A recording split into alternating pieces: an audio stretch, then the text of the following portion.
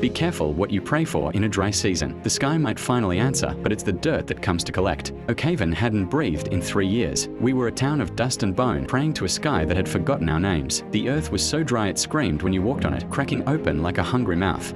Then, the shallow man arrived. He didn't bring a cloud. He didn't bring a prayer. He just stood by the old stone well in a suit the color of a bruised plum, moving in ways a body shouldn't move. It wasn't a dance. It was a rhythmic twitching, a snapping of joints that sounded like dry kindling catching fire. And then, the lightning. It wasn't white. It was purple, the color of a deep vein. When the first drop hit the dust, it didn't splash. It sank in like ink. It tasted of iron and old pennies. But when you're dying of thirst, you don't critique the vintage.